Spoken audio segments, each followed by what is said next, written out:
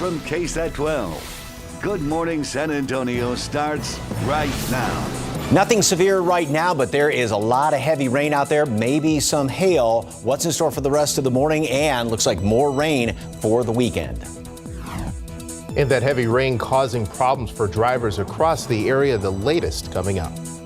And a good morning to you. It is Thursday. It is April 29th, and what a wild night here in South Texas. Yeah, a very rough night, a very busy night for our weather team, but things are tapering off, I guess, a little bit. Well, Mike is here with more on that. Mike, you're the cook. I know you have a lot of dishes to talk about. Yeah. What do you want to start with this morning? Well, what's actually going on right now? Yes, things are tapering off as far as any severe weather. We don't have anything severe as of right now. There may be a little bit of hail, small hail in a couple of spots out there at the airport, and Sam's obviously going to be touching more on the roads, but just everything is wet. There's a lot of water on the roads as of right now, and we still have this tornado watch box in effect for the next half hour. It's just kind of a being cautious on the Weather Service's part, just for any spin-ups. Of course, we did have a couple of tornado warnings that were issued late last night in parts of the area, so that's in effect up until 5 o'clock this morning. But what we're really concerned with right now, this very, very heavy rain, this line right there from Seguin back down through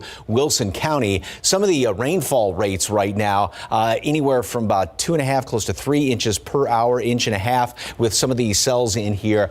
Doesn't mean you'll get that much, but this is just coming down. This is, call it a gully washer, whatever the case may be, but it is coming down very hard and very heavy. There's also some reports of a little bit of small hail in that storm, as well as this cell as it moved through Canyon Lake, and it's heading up just to the north of San Marcos, northwest of San Marcos, sliding up to the north, and a few more cells obviously are developing around the area. Now, as far as any storm reports, as far as wind damage, there were reports of wind damage around Castroville and then also up around the Garden Ridge area. And those were the two spots. And of course, that was the tornado warning that was issued last night about just before 8 o'clock. And then also another tornado warning was issued up around Garden Ridge. Weather Service has indicated they are going to be sending a crew once the sun comes up to confirm or see what type of storm it was that caused the damage there in Castroville. And probably up around Garden Ridge. They've got a lot of spots that they're going to be sending crews out to. They surveyed the damage, and that's how they determine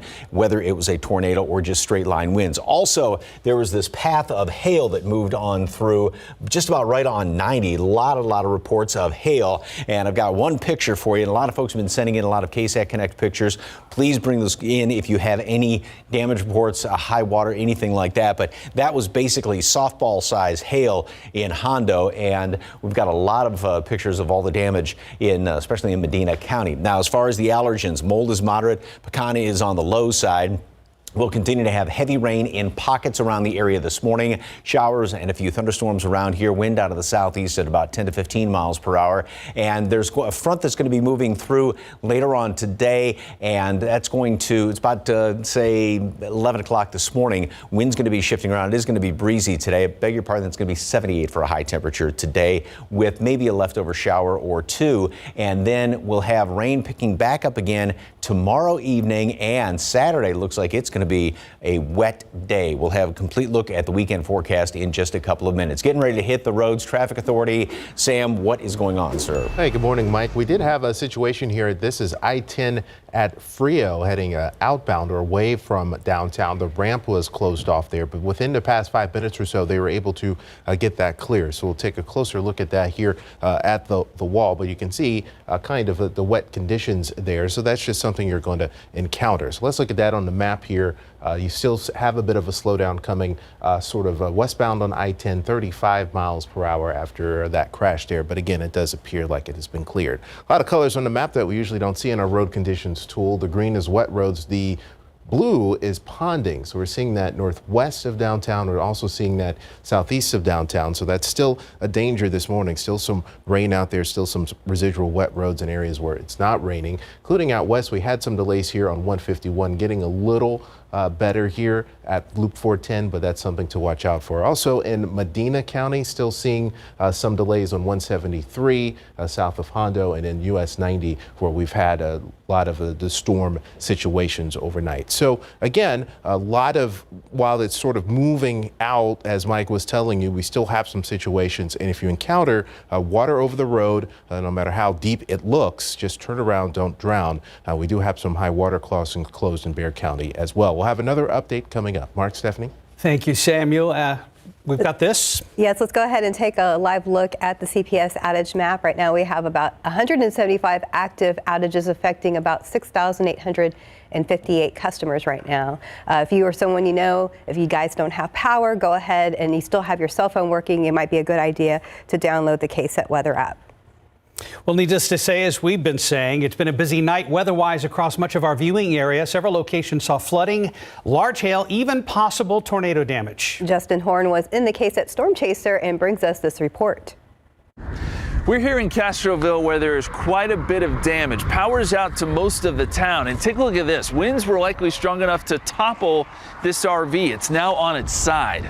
Meantime, downed trees took out power lines. Farther down Highway 90, this small business was ripped apart. We just actually expanded it and remodeled it and everything, I think like 4 days ago. We're going to have a grand opening event on Saturday. Trent Anderson sold honey out of this tent. Now all of that work scattered thanks to the storms. Just ripped this tent off. Actually, there's about 240 pounds of concrete hooked up to the tent and a stake in every corner, and it just ripped that up. Just hours after the damage, the community stepped up to help. People stopping by that just saw it and decided that they wanted to help. As the storms arrived to San Antonio, heavy rain became a concern. This car stalled near the 410 service road in Bandera. Then inexplicably, this car also attempted to drive through, coming up short and stalling. On the city's northeast side, KSAT Connect pictures revealed damage after reports of a spin up there. Trees and fences appeared to be blown down. We did get some reports of some power flashes, but no official reports of tornadoes, at least not yet. The National Weather Service will have to come out and survey some of this damage to make that determination. Reporting in Castroville, Justin Horn, KSAT 12 News. And we do have more weather and traffic coverage coming up throughout the entire morning here on GMSA.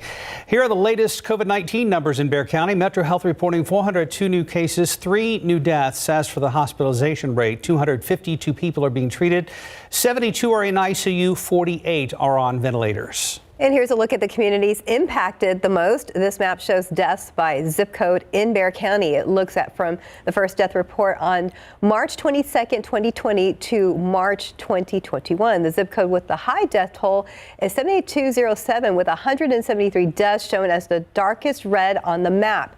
You can see how that compared to the lighter pink color on the map. So to read more on the data or to click through the interactive map, you can head to ksat.com. Right now it's 4:37 on your Thursday morning. And still ahead, San Antonio Spurs trying to keep the wins going last night against the Heat, but it didn't turn out so well. We're going to have those highlights coming up. Outside with live cam, a very stormy evening and early overnight hours. We still have showers and storms in the area. Mike is tracking all that. And again, you may see a barricade or some barrels out there on the roads this morning. Samuel's going to try to steer you clear of that as well. Yeah, be careful. And here's a live look at the radar as we go to break. We're going to check in with Mike coming up. Just about 4:41. President Biden is hitting the road today after reflecting on his first 100 days in office during a special joint session of Congress last night. The president asked Congress to take action on his massive infrastructure bill and unveiled a separate sweeping child care and education plan. Biden is asking Congress to pass more than $4 trillion in new spending, saying he wants to raise taxes on the wealthiest Americans to pay for it. President Biden also welcomed advanced conversations on his infrastructure bill, which is getting Republican opposition for its $2 trillion price tag. Today, U.S. military planes will be landing in India loaded with supplies to help them fight a surge of COVID-19. Already hundreds of thousands have died there and hundreds of thousands more still keep getting sick. This week, the White House committed to sharing up to 60 million doses of the AstraZeneca vaccine that's still not authorized in the U.S. with other countries. Now the United States is delivering supplies worth more than $100 million to India. Planes packed with supplies will continue to arrive into next week. The cruise industry might be able to resume voyages in U.S. waters this July. USA Today says it obtained a letter from the CDC to the industry and got more details from the agency. The CDC says eliminating risk on cruises is impossible, so the idea is to mitigate it. The agency is also clarifying how cruise companies can meet its requirements in order to sail. Well, the San Antonio Spurs were hoping to keep their win streak alive last night in Miami, Florida, but the game against the Heat did not go as planned. Miami went on a 17-0 run in the second half before hanging on late to beat the San Antonio Spurs 116-111. DeJounte Murray had 22 points, 10 rebounds, and 11 assists for the Spurs, who were without starting guard Derek White. He's expected to miss the rest of the season with a ankle injury. San Antonio led by 7 late in the third, but Miami scored the next 17 points, last two coming to open the fourth, and finished off a 2-game season sweep of the Spurs for only the 4th time. Spurs fell to 18-11 on the road, tied with Denver for the second best in the NBA. Spurs remain number 9 in the Western Conference race. Next up, Spurs travel to Boston to take on the Celtics. Tip-off set for 6:30, and that is tomorrow night. Hopefully better luck tomorrow. We can hope. Yes. Time now is 4:43 and about 72 degrees right now. Up next on GMSA, there might be a break in an unsolved murder case of 2 8th-grade girls in Indiana. We have a closer look at that investigation. And welcome back. It's 4:46. There is a potential break in the unsolved murder of 2 8th-grade girls in Indiana that happened 4 years ago. ABC's Kenneth Moten has the details in today's GMA First Look. In this morning's GMA First Look, it's the unsolved case that's gripped the town of Delphi, Indiana for more than 4 years. 2 teenage girls, Abby Williams and Libby German, disappeared near this bridge. Their bodies found hours later. But remarkably, the pair left 3 clues behind. This audio, recorded on Libby's phone, is believed to be the killer. Also on her phone, this photo and a short video clip of what could be the suspect. And now, after 4 long years, a potential new lead.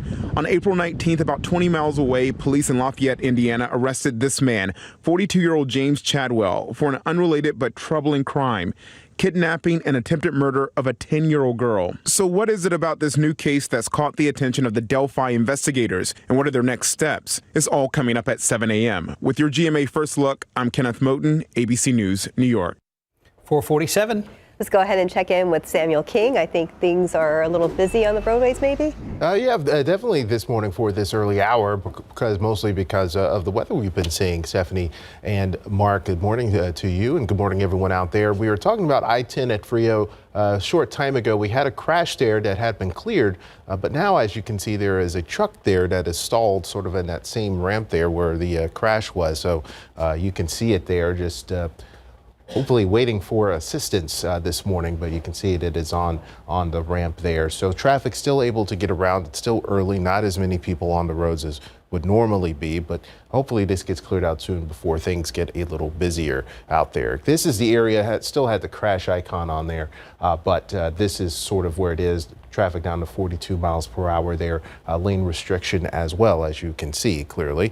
And looking at the Crossroads area too, here's I-10, this is Loop 410, a little bit of a delay there on the interchange connection, and also on Fredericksburg Road, although it is getting a little bit better this morning. This was up to about 16, 17 minutes between Heber and Woodlawn. Now it's back down to 14 minutes. But there are some high water crossings closed in the medical center area too. They had a lot of rain and hail, obviously, overnight. And this is a look at the map. Again, the colors, we don't often see blue because we haven't really had heavy rain, but blue means ponding.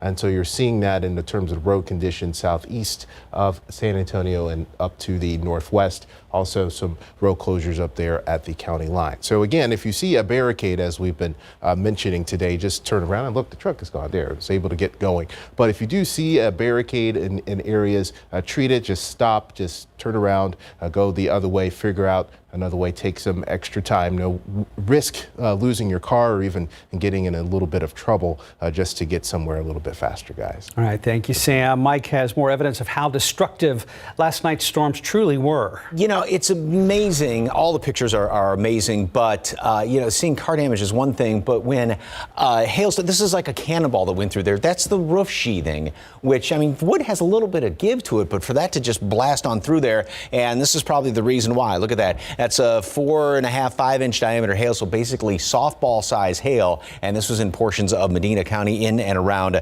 Hondo. Here in town, the light show kept going on, and there's another shot of some of the damage right there from the giant softball size hail right around Sabinal there, and just devastated. Once again, the Weather Service is going to go out to a couple of different spots to survey the damage. That's how they determine whether it was indeed a tornado, just straight line winds, if indeed a tornado, what strength it was. So they're going to be sending teams out there to look at that. Sam was talking about the roads are wet. A couple of spots, and I was just thinking about if you come in on 10, there's that one spot where that curve is. I don't know if you're familiar with it, Mark, where on the left-hand lane, south or eastbound 10, about De Zavala, it always seems to puddle up right there. So just watch out for that. Ran through a lot of puddles this morning. Some of the rainfall estimates on the west side of town, 4.5 inches. Now, again, these are estimates, but it was just coming down from Uvalde County through Medina into Bexar County. Out at the airport yesterday, 2.55 inches, a new daily record rainfall total for yesterday's date, and that is the greatest single daily rainfall total we've had since back in October of 2019.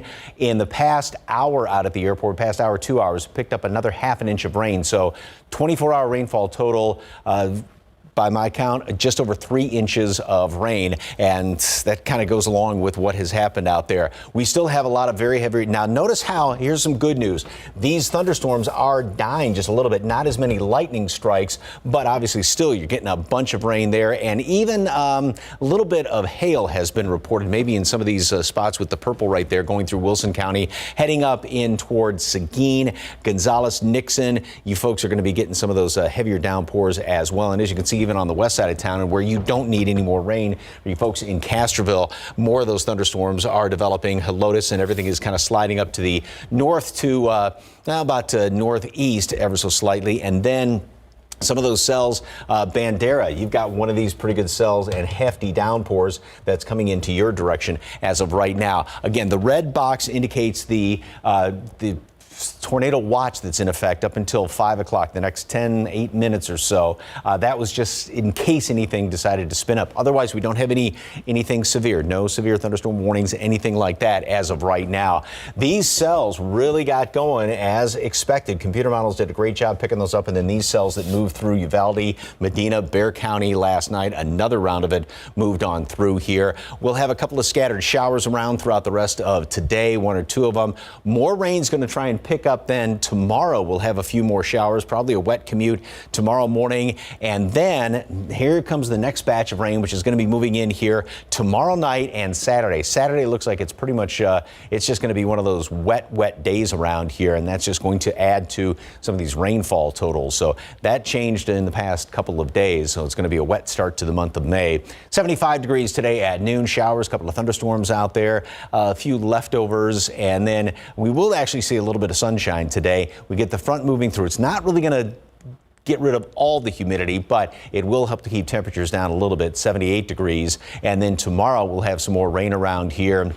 And we're looking at a very good chance of rain throughout most of the day on Saturday, perhaps lingering into the wee hours of Sunday. Then we'll start to clear out again, heating up quite a bit by the first of next week, maybe some more rain by Tuesday. Crazy thing about last night, one severe thunderstorm or tornado warning would be one thing, but those storms came through and then more would kind of pile in and pile on behind them. Yes, indeed. Last night. Yep. Yeah, a little scary at times with all the warnings. Yeah, Katie and Adam were here. Justin was out running around in Storm Chaser and, did a fantastic job. Sarah Spivey just left. Yes, Spivey just left. So, it was quite an active situation. But just watch it for the driving this morning is the worst thing to watch out for. You bet. And, of course, Samuel's got us covered over there in the traffic lab. 4:53. And coming up next, why a classic movie has finally been dethroned, losing its perfect score status on Rotten Tomatoes. There's a new scary movie in the works, plus a classic movie loses its perfect score on Rotten Tomatoes. For the latest on what's happening in Hollywood, here's ABC's Jason Nathanson. Amanda Seyfried is looking to scare you with her new movie. The Mank Oscar nominee plays a woman who moves into a haunted house in Things Heard and Seen. And she tells me she loves horror movies. It's the first thing she looks for when she opens Netflix. I like to be scared. I know it's not real. So it's like being an actor. You know, there are no real consequences to your actions when the camera's rolling as the character. Things Heard and Seen is on Netflix today. Citizen Kane losing its 100% fresh rating on Rotten Tomatoes. An old review from the Chicago Tribune in 1941 has been unearthed, in which the reviewer was not impressed with the Orson Welles masterpiece. So the film goes from over 100 straight positive reviews to just 99% positive. Films now above Citizen Kane with 100% include The Terminator, Toy Story, and Paddington 2. Small Axe is the big dog at the nominations for the BAFTA TV Awards, the Steve McQueen miniseries scoring 15 nods from the British equivalent of the Emmy. The Crown is up for 10 nominations, including Best Drama, and Michaela Cole's striking series I May Destroy You has 8 nods. And roll one up for Willie Nelson. It's his birthday today. The legendary country music star is 88, while 3-time Oscar nominee Michelle Pfeiffer is 63. And that's what's happening in Hollywood. I'm Jason Nathanson, ABC News, Los Angeles. Down, Mike. Relax. A resident Michelle Pfeiffer fan. That Game of Thrones prequel series started production this week. They showed the cast doing a read-through. Really? Already? It's time. In the works. 4:58 on your Thursday morning. And still ahead, reflecting on his first 100 days in office, President Biden addressed a special joint session of Congress. We're going to take a look at the key takeaways from his speech. And as we go to break, let's check radar, see what's happening out there right now, the very latest, including that tornado watch box. There it is right now. But most of the storms appear to be leaving the San Antonio area. We hope that is the case. We need a break after a rough night. Live from KSAT 12. Good Morning San Antonio starts right now. There is nothing severe out there right now. We still have a lot of rain and all the leftovers. We're going to take a look at some of the damage pictures and see what's in store for this weekend. Keep your umbrella and raincoat handy. And the weather causing some problems for drivers on this early morning. The very latest coming up. All right, thank you, gentlemen. We'll talk to you in just a moment. Good morning to you, everyone. It is Thursday. It is April 29th. Thanks for joining us. Hope you got some sleep last night. I don't know, a lot of people were waking up with all the storms, and it was pretty loud out there. It was a very rough night, severe weather-wise. We've got complete coverage coming up right here on GMSA and online at KSAT.com. We begin with meteorologist Mike Osterhage and where things stand right now. Well, we don't have anything severe right now, which is the good news. And we do, though, have a lot of rain, and there's a lot of leftover water that is flowing around the area. Let me go back here to this picture, and as you can see, things are fairly calm here in town as of right now. And the aquifer went up yesterday half a foot. It should continue to go up by leaps and bounds because a lot of this rain did fall right in portions of the recharge zone. Mold is on the moderate side and pecan is low. And this is what it looks like on radar as of right now. Well, first of all, let me get past this picture, and this is what it looks like on radar as of right now. We've got still a lot of very heavy rain around Wilson County, heading in toward Gonzales County. A lot of cloud to ground lightning on top of that, maybe some pea-sized hail that has been reported in some of these cells right here. But overall, things are continuing to settle down. Let me back up one picture and notice how the tornado watch box, which had been in effect up until 5 o'clock, was and did expire right there at the top of the hour. So these showers and thunderstorms are continuing to work their way off to the northeast. We got another couple of very heavy downpours, and this is on top of some radar estimates of anywhere from 4 to 5 inches of rain on the northwest side of town. Out at the airport in the past 24 hours, we did pick up 3 inches of rain. Yesterday, it was just over 2.5. That set a new record for yesterday's date officially out at the airport. So we'll still have a few thunderstorms with some heavy rain this morning. Excuse the misspelling right there. Scattered storms today. Not quite as hot as yesterday. We did make it up to 90 yesterday. We'll be in the upper 70s today. And tomorrow, rain's going to pick back up. We may have a couple of showers left over in the morning, but especially it's going to pick up by the late afternoon and evening hours. Another disturbance is going to be moving on in here, and that's going to kind of hang out. So it's going to be wet on Saturday, more sunshine and warmer than on Sunday. All the details coming up in just a couple of minutes. If you are hitting the roads, boy, allow yourself plenty of extra time. I speak the truth, I think, Sam. Yeah, definitely already seeing some issues, more issues than we normally see at this hour of morning. Mike, good morning to you. Good morning to everyone out there. This is a stalled vehicle. This is 35 north at Loop 410. You can see there in the right shoulder there. So that's just something to look out for this morning. We're seeing a lot of stalls. Looks like he's going to get going, so that's good. Hopefully he's careful there. All right, good. All right, that's a good thing this morning. And so let's go over here to the maps. A lot of colors on our road conditions tool you don't normally see. The blue means ponding, so that means there's been some heavy rain.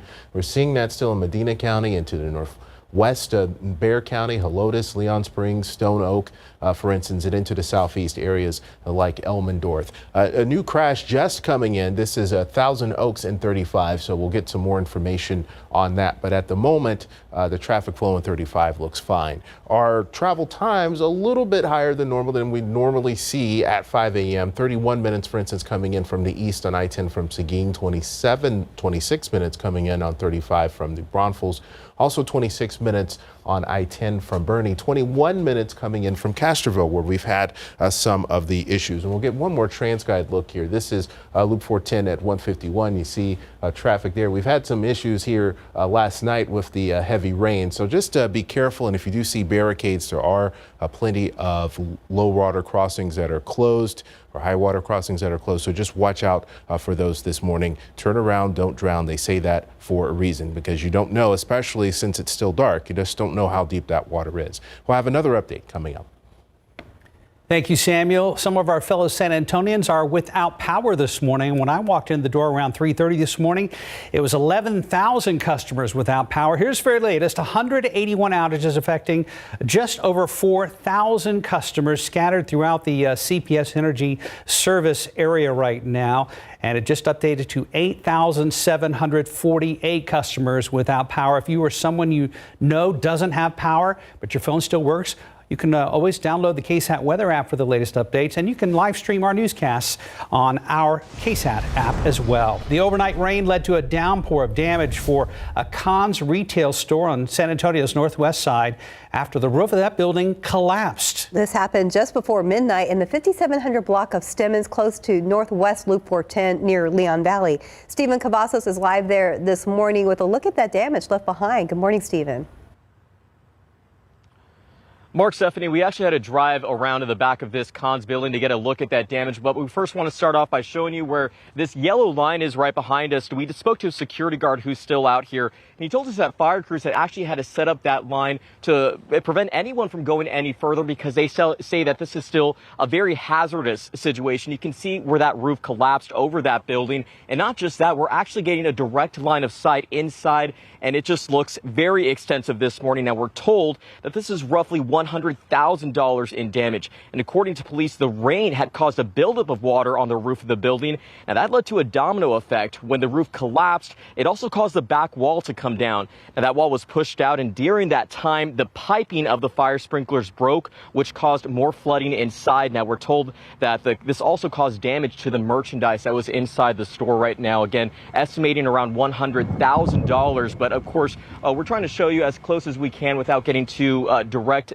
closely to that area. But again, the security guard we did speak with says that they're anticipating that this wall right behind us could possibly come down if we can experience any more severe weather. Of course, we'll continue to monitor the situation out here on the city's northwest side. Reporting live, Stephen Cavazos, KSAT 12 News.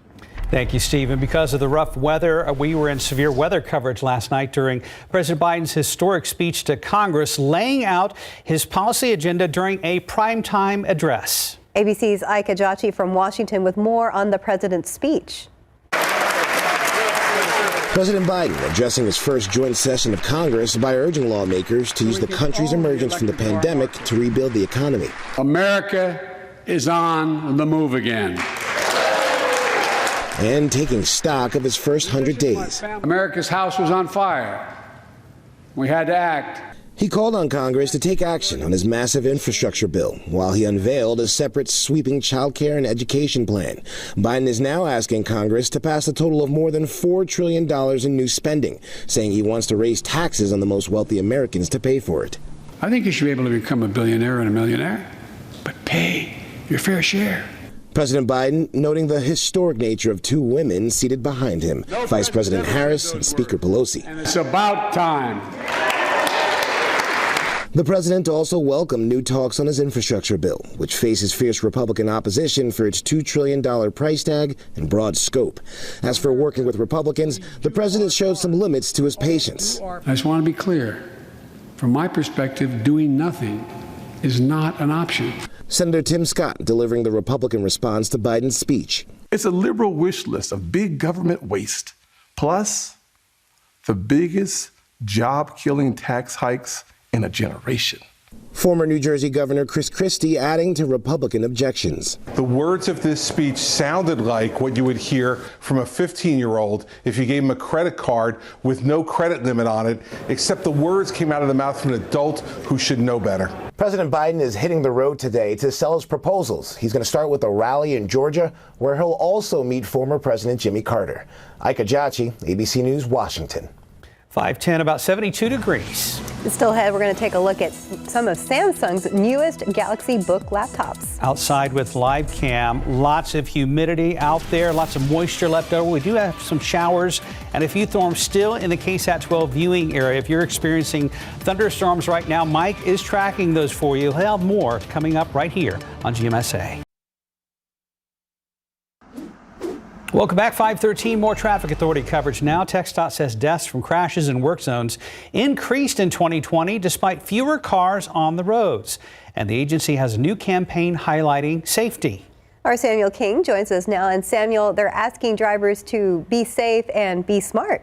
That's right, Stephanie. It's all a part of National Work Zone Awareness Week. Officials say the campaign is critical as 38 people in the San Antonio area alone were either killed or seriously injured in work zones last year. Statewide, the number was 186 people, including 4 workers. That's 9% higher than in 2019. TxDOT's Laura Lopez says driving can be challenging in work zones, so awareness is important.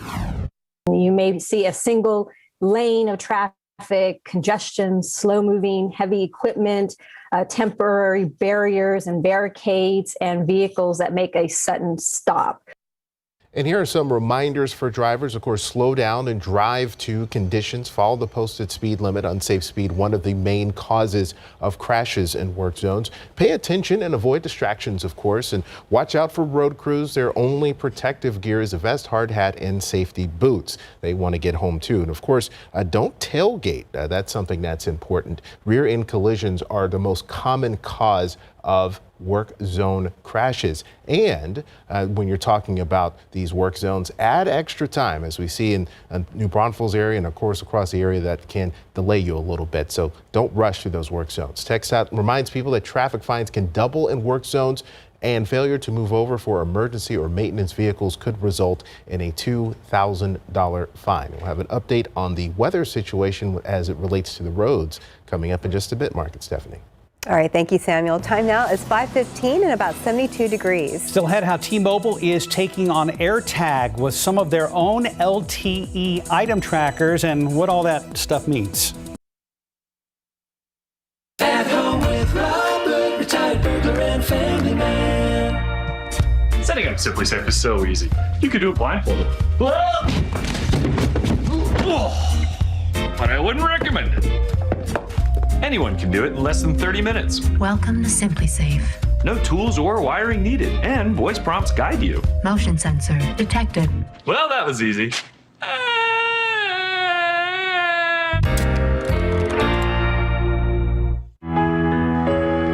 I saw the life and saw some shine bright. Who will you make happy today? La vie est belle, Soleil Cristal, the new fragrance, Lancôme. At Macy's, the fragrance destination.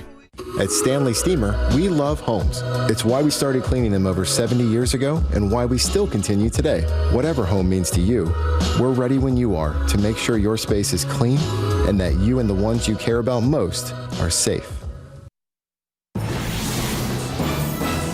In today's Tech Bites, Samsung has unveiled its latest lightweight laptops. The new Galaxy Book Pro and Pro 360 models are super thin. They have touch screens and are designed to sync with the company's other products. Price tag starts at about $1,000. T-Mobile is about to launch its own tracking device called Sync Up. It uses regular wireless broadband, meaning it doesn't rely on being within range of the phone you're trying to track down. The device will cost $60 plus a $5 monthly charge on your T-Mobile plan.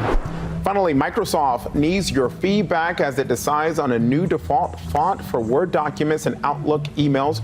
Right now, the default is Calibri, which has been described as boring. So Microsoft has designed these 5 new options, all slightly different, is asking for public feedback to pick the best one.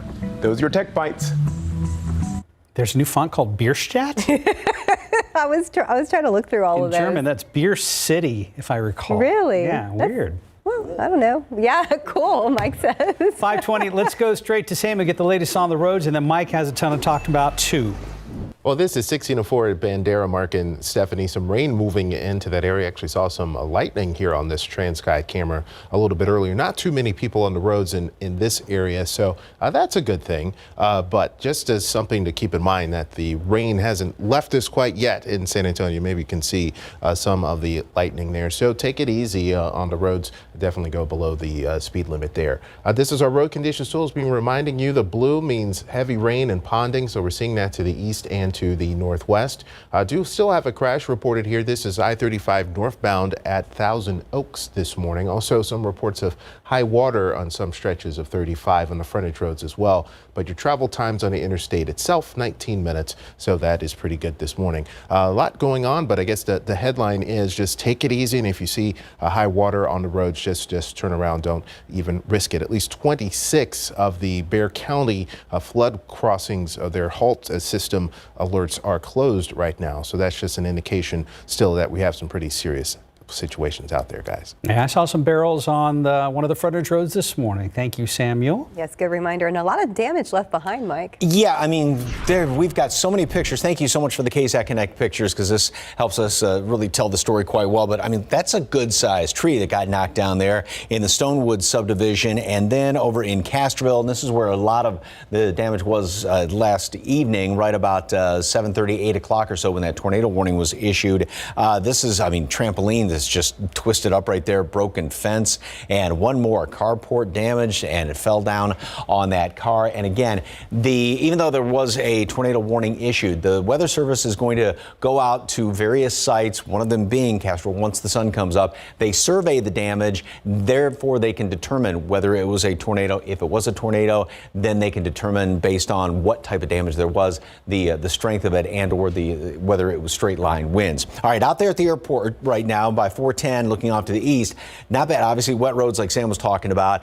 The focus right now, I mean, you know, this is the big area of rain. However, the north side of town and then over there in right around Kerr County and going into Kendall County, the Weather Service issued a significant weather advisory. It just means watch out for this storm, because obviously it is packing quite a punch there as far as the heavy downpours. And with that purple area, there may be a little bit of perhaps penny-sized hail being reported with that storm. So that's going to be moving through Comfort, Sisterdale. You are in line for that. If you're going out 10, you're going to run into that. Now off to the east, a lot of very widespread heavy rain. This has been settling down somewhat, but from Karnes City up through Nixon, Gonzales, you're going to be getting a lot of this very heavy rain. This extends up in toward Seguin, just to the east of Seguin, going out 10 to the east. You're going to run into that. And then on the north side of town right now, and just getting pummeled right up there about 1604 and 281. Maybe a little bit of small hail mixed in with that as well. And that's going to continue up in toward Bulverde and heading up probably toward the Canyon Lake area. So watch out for that. And obviously a lot of cloud to ground lightning and just some blinding rain amounts with that. 72 right now, 60s in the hill country. Still got a ton of humidity out there, which has been obviously feeding this unstable atmosphere situation, as well as some of these heavier downpours. We do have a front moving through later on this morning, and you can see the wind shift lines, but it's not as though there's going to be this huge drop in the humidity. Unfortunately, it's still going to be fairly humid throughout the day. We'll still have these dew points, most everybody except in the hill country, well up into the mid 60s. And that's going to be the case in through tomorrow and then even going into Saturday. Now, as far as what's going to be going on Saturday, first of all, this is water vapor imagery, and you can see the very high cloud tops here and this system moving on out. We get a little bit of a break in the action today, but see this upper low right there? Spinning around over there, just around by El Paso. That's going to be working its way in here. What that's going to do is then sort of hang out. The rain comes in here, maybe a few showers left over tomorrow morning or still around tomorrow morning. But then late in the afternoon and tomorrow night, as that low approaches, and you can see in the wide view how it's just sitting out there spinning, as that approaches, that's going to start up the rain chances once again by late tomorrow afternoon, tomorrow night, and then throughout most of the day on Saturday. Right now, it's looking like Saturday is just going to be one of those, hunker down kind of wet days. 75 degrees today at noon. Couple of showers, a few thunderstorms are going to be left over. Although, like I said, the rain is going to continue to taper off. We'll have to watch out for even a little bit of pea-sized hail this morning in parts of the area, especially out in the hill country. 78 degrees for an afternoon high temperature, so we will be down compared to yesterday. Then tomorrow, we'll still have some more scattered showers, maybe a couple of thunderstorms around, especially later on in the afternoon, and that's going to be overnight into Saturday. So like I said, it looks like it's going to be pretty wet throughout most of the day on Saturday. Back to the mid 80s Sunday, back to the low to mid 90s starting off next week. Maybe a couple of showers by Tuesday again. I still can't believe we got more rain in one day than we've had since October of 19. Right. Yep. That's unbelievable. Well, yeah, as dry as it's been, and obviously we're above, in 24 hours, over 3 inches now. Wow. So that was just the daily total for yesterday. Picked up a half an inch of rain out there at the airport this morning. So. Wow, we needed the rain, but we got it all at once. Exactly. Yeah. Thank you guys for having us covered all night long. Right now, 5:25 on your Thursday. And coming up next in your morning spotlight, we're going to have a first look at Disney and Pixar's first full trailer for their next animated adventure. It means a lot to me. It really does. I kind of given up on ever getting it, I gotta be honest, but here it is. Kathy Lee Gifford has a star on the Hollywood Walk of Fame. The TV host, singer, and actress was honored Wednesday in a virtual ceremony that included testimonials from Dolly Parton, Craig Ferguson, and her former Today colleague, Hoda Kotb. I'm new in town and I would love to learn more about the older homes in the area. The supernatural thriller Things Heard and Seen, starring Amanda Seyfried, was filmed in New York's Hudson Valley, home of the Headless Horseman and other scary stories. We also shot it to further that experience. We shot it around Halloween in the fall. So you had the foliage and you had the Halloween season. We do not go anywhere near the surface. Got it? Everything good is above the surface. Walking. Air! The sky, clouds, the sun. Whoa, don't look at it. Just kidding. Definitely look at it. Here's your latest look at Luca. Disney and Pixar just released the first full trailer for the animated adventure, which begins streaming on Disney Plus June 18th. In Hollywood, I'm David Daniel. I mean, think about it, how much content all these studios have been sitting on now for a year. We're about to see a ton of new stuff. That's going to be fun. It's exciting. 5:30, we're about 72 degrees. Let's go ahead and take a live look at the radar as we go to break. Of course, those storms tapering off. We're going to get an update from Mike coming up. Hi, good morning. It is Thursday, April 29th, and it's been a busy night for our weather team. We had lightning, thunder, we had hail, we had possible tornadoes, we've got damage, we've got coverage on that coming up. But the most important thing is you're waking up wondering what's happening right now. Let's go ahead and check in with Mike. Well, we've got significant weather advisory in the northern portion of San Antonio. I'm going to show you this, and that just means there's a really, really heavy thunderstorm cell right up about 281 just north of the airport. It may be affecting the airport a little bit, but there's also could be some hail with that. I'm going to show you that in a second. 72 right now. It's still very humid out there. Wind is out of the east at 9 miles per hour. We are going to be seeing a front move through here later on this morning, but it's not going to be real significant as far as getting rid of a lot of the humidity. All right, still have plenty of heavy rain around the area. And this is what I was talking about, this significant weather advisory, and it's that cell right there. It may have a little bit of probably about some penny or marble-sized hail in it. So this is working its way off to the northeast, and it may also could affect some flights if they're leaving early this morning. Hopefully they can get around that, but a lot of very heavy rain on that. As a matter of fact, some of the rainfall rates with some of these cells moving on through here, and this could be contaminated a little bit with some hail, but close to 1 3/4 inches, almost 2 inches per hour. Again, doesn't mean you'll get that much, but it's just that blinding rain, and this will continue to work its way up in toward Canyon Lake and up to the northeast. And then also that significant weather advisory, by the way, is in effect for the next about 10 minutes up until 5:45. And then in and around Kendall County and just to the north of Comfort, this is another couple of pretty good thunderstorm cells there, maybe a little bit of small hail mixed on in. Again, nothing is severe right now, meeting severe criteria with the high winds and hail, but obviously we're getting some heavy downpours as well as a lot of cloud to ground lightning, but things have definitely started to settle down. All this will continue to work its way off to the east, and then we get sort of a break in the action for a while, but more rain in the forecast. Mold moderate, pecan is on the low side this morning, and we're going to be up to 75 at noon. A couple of scattered thunderstorms are still possible around here. A little bit of sunshine this afternoon, only 78, so we're down somewhat. Wind is going to be out of the northeast, 15 to 20 miles per hour, and gusty. A little bit more rain, perhaps in the morning tomorrow. Then in the afternoon, the next system moves on in here, and the rain picks back up through Saturday. More on that coming up in just a couple of minutes. Traffic Authority, Samuel King.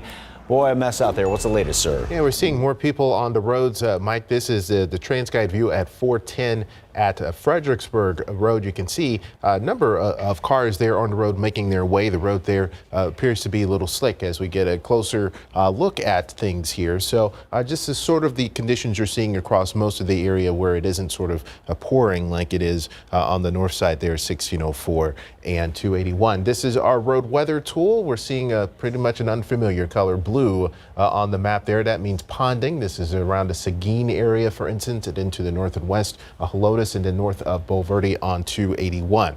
Here is just a closer look there at the northwest side, so you can see Helotes, Leon Springs, Stone Oak, Leon Valley, Crossroads area in San Antonio, all experiencing some wet conditions on the roads or maybe even some ponding. Also some high water or low water crossings there closed in some of those areas, especially near the medical center area and also other parts of Bexar County. I had this crash here northbound on at 35 at Thousand Oaks, but we believe this has been cleared, so we'll take that off the board. But you can see some delays building south of there, northbound on 35. So just be careful this morning. And here's a look at some travel times. If you do have to come in, be careful.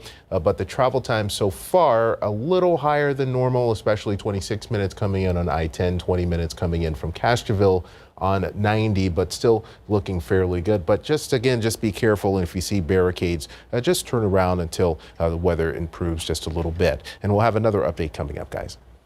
A good reminder. Thank you, Samuel. Let's take a look at the CPS outage map. And right now we are looking at about 179 active outages, and that is affecting about 5,000 customers. The storm cut a widespread path of destruction. We've been hearing a lot about damage out west in places like Sabinal and D'Hanis. Katrina Weber is in Castroville this morning, where there seems to be some problems with downed trees and power outages. Katrina, what have you noticed? Well, that's exactly what we've seen. An example right here behind me, a tree down here on Highway 90. It looks like it also took part of a line down with it. And that's the problem here. You just don't know what is down on the ground. We haven't ventured into any of the neighborhoods, so to speak. We've stuck to the main roads here. But this is something that we came across and, in fact, almost hit as we were traveling here along Highway 90. Now, we did go farther. This is on the outskirts of town. We did go into the center of town, and we noticed what appeared to be spotty power outages along the way. You'd get to one area that was just pitch black, and then find another spot like this one where there were lights on. So it's kind of a hopscotch pattern as far as those power outages go. And I'm sure that we'll find out more about the damage as daylight dawns upon us. But right now, this is what we've seen so far as we came here into town. Reporting live in Castroville, Katrina Weber, KSAT 12 News. More weather coverage coming up, and your other morning headlines starting today. U.S. military aircraft will be landing in India, loaded with supplies to help them fight a brutal surge of COVID-19. CNN's Brett Conway has a look at what the U.S. is doing to help and why medical experts here at home say our safety depends on it. India is facing one of the world's worst COVID-19 outbreaks. More than 200,000 people have died. Crematoriums are running around the clock, and new infections continue to rise, continue to break records. More than 350,000 people a day getting infected. They're seeing the hospital systems in many cities on the brink, unable to meet the full demands. They're running out of oxygen. And medical experts in the U.S. say we need to step up. We can't stop until COVID has been conquered all over the world. Transmission anywhere in the world poses a risk to people everywhere in the world. This week, the White House committed to sharing up to 60 million doses of the AstraZeneca vaccine, still not authorized in the U.S., with other countries.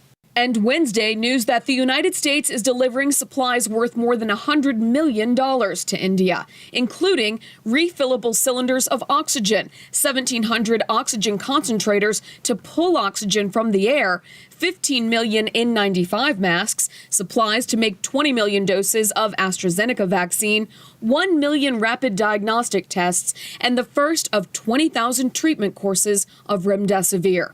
Planes packed with supplies will continue into next week. Global pandemics require global cooperation. I'm Britt Conway reporting. The FAA has ordered fixes for an electrical problem that grounded more than 100 737 MAX jets. Boeing announced a new problem earlier this month, and airlines voluntarily stopped flying those planes. The issue unrelated to the flight control system problem that grounded the entire fleet for most of 2019 and 2020 following two crashes that killed hundreds of people. The jets with the electrical issue were manufactured after a design change in 2019. The electrical system issue could cause the loss of critical flight deck functions and a loss of engine de-icing. The FAA says there were no failures on flights. And the Federal Reserve says interest rates are unchanged at near zero. This despite signs that the U.S. economy is getting stronger. Right now, interest rates are in the range of 0 to 0.25%. That will remain the case until the Fed sees maximum employment and inflation of roughly 2% over the longer term. 541, about 72 degrees. Let's go ahead and take a look outside with live cam. Of course, it's been raining all night. We're expecting more storms, but Mike says probably nothing severe. Let's see what's happening out there on radar right now. We still have that cell moving through part of northern Bexar County. The rest of the storms well to the east, affecting places like Gonzales and cities and towns east of Pleasanton. Mike will have much more coming up. In your morning consumer headlines, a new study shows that your car's color can have a significant effect on its future resale value. According to a new analysis by online automotive research website iSeeCars, the highest depreciating color costs you more than twice as much in lost value compared to the lowest depreciating color. They found that gold was the worst out of 13 different colors in terms of its effect on a car's resale value. It was followed by brown, purple, black, and white to round out the bottom five. The least depreciating color was yellow, with just a 20.4% 3-year depreciation. Interesting. Amtrak is turning 50 to celebrate the half-century mark. The rail line is offering half-off sales. You get a fare for $50 or less per segment across the entire country. The offer valid through May 5th. It includes future travel between June 2nd and November 13th. And have you been snacking more since the pandemic? Many food companies say you are not alone. Frito-Lay, one of the largest food makers, says it's seen sales surge in the last year. In February, fourth quarter, net revenue at Frito-Lay increased 5% on a year-over-year basis. North American sales of savory snacks rose to nearly $57 billion in 2020. That's an 11% increase from the previous year. Experts say the likely rise in snack revenue as people stuck at home has made them turn to snacking for comfort. We've all done it. Yeah.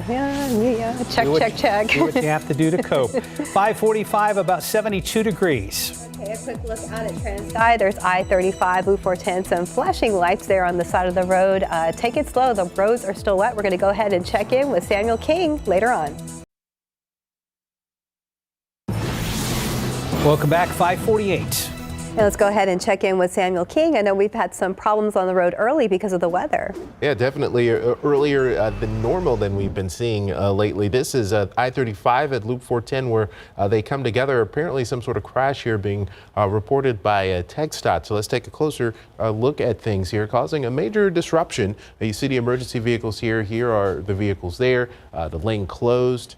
Northbound traffic kind of slow there, so just something to watch out for. We're seeing a lot of situations like this morning. Just show you this on the map. The traffic down to 13 miles per hour northbound on 35 there at 410. So just something to watch out for this morning, as I mentioned.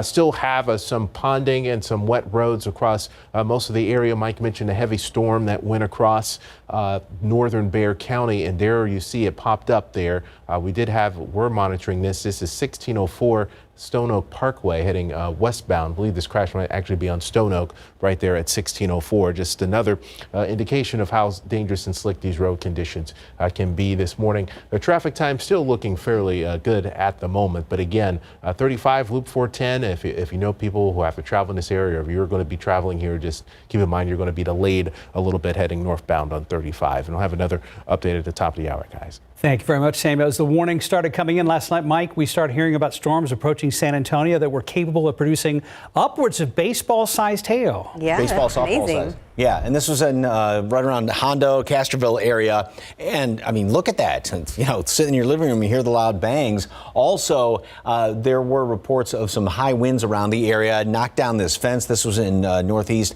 San Antonio, and maybe in and around the Garden Ridge area. There was a tornado warning that was issued at one point last night. And then back to Castroville.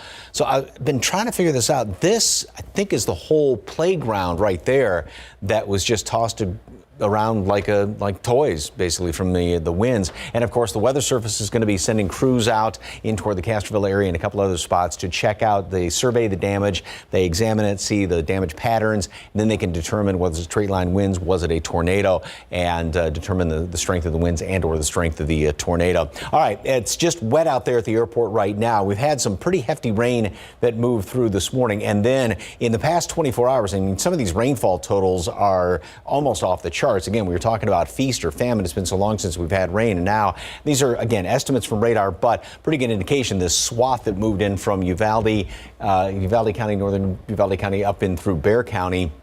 3, 4, 5 inches of rain, in some cases approaching almost a half a foot of rain.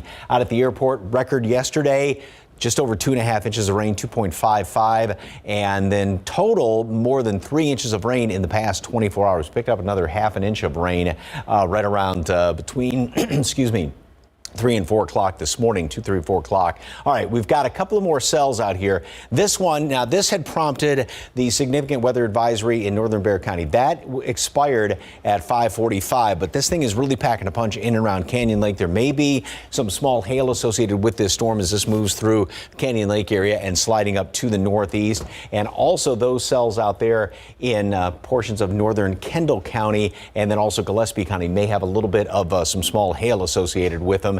These cells, there's a potential where these darker shades of red are to have a little bit of small hail. We've seen a lot of reports of that so far this morning.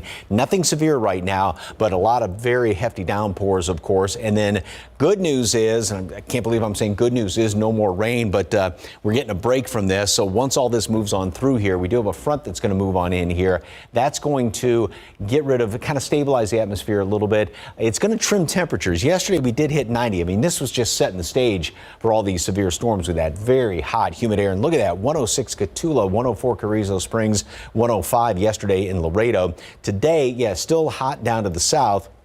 We'll be in the upper 70s, so a little bit more of a stable atmosphere. It's not as though the humidity is going to just be wiped on out of here. We'll still have some humidity, not as high as yesterday, and a couple of showers going to be possible. A few more around tomorrow morning. We'll still have some disturbances tomorrow morning, and then throughout the afternoon, we get more rain moving on in here. There's an upper low which is going to be working its way in here, and that's going to give us some rain starting really more widespread late tomorrow afternoon, overnight, and throughout most of the day on Saturday. 75, couple of showers, leftover storm here or there possible. Just a mention of a shower storm later on today. Rain chances really go down later on. 78 for a high temperature. Wind's going to be out of the north to northeast, and it is going to be breezy today. Tomorrow, a couple of showers in the morning, and then rain picks back up in the afternoon. Overnight into Saturday. Outdoor plans Saturday are not looking good. Better on Sunday. Back to the mid 80s Sunday. Low to mid 80s by the first, low to mid 90s by the first of next week, and perhaps another chance of rain Tuesday. A lot of us will have to change plans for Saturday. At first, we were expecting a little bit of sunshine, but yeah, it was looking good, but that low has decided to move on in here, and as it's looking right now, it's going to be pretty much wet all day. Gonna hang around. Thank you, Mike. 5:53. Let's go ahead and take a look at your winning lotto numbers. We have pick 3, 4, 3, 5, Fireball 1, Daily 4, 2, 3, 7, 0, Fireball 8. Cash 5 numbers 3, 20, 25, 31, 35. Lotto Texas 4, 16, 17, 26, 30, 37, and Powerball 16, 18, 35, 39, 53, Powerball 21, and Power Play 3. Good luck.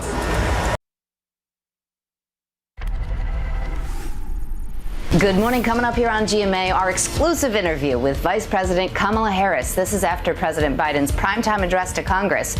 What she is saying about the president's plans for the future and Republicans' claims that Biden is dividing the country. You'll see that and so much more coming up right here on GMA.